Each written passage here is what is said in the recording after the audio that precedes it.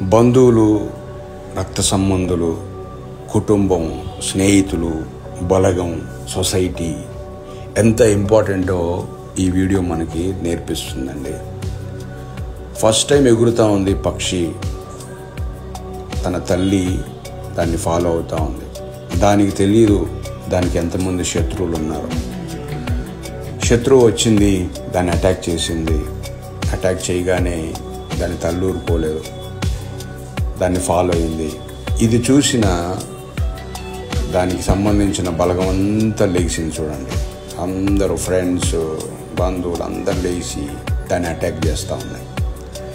దానికి వేరే ఆప్షన్ లేక దాన్ని వదిలేసి వెళ్ళిపోయింది. చూడండి, ఒంటరిగా ఉంటే ఎంత ప్రాబ్లం అయ్యేదో. అందుకే బంధువులు, స్నేహితులు, రక్త సంబంధులు, బలగం అనేది చాలా ఇంపార్టెంట్. అయితే బాధాకరమైన విషయం ఏంటంటే ఈ రోజుల్లో ఒకరంటే ఒకరికి పడకుండా పోయింది. నేను గొప్ప అంటే నేను గొప్ప అనుకొని విడిపోయే స్థితికి వచ్చేసింది.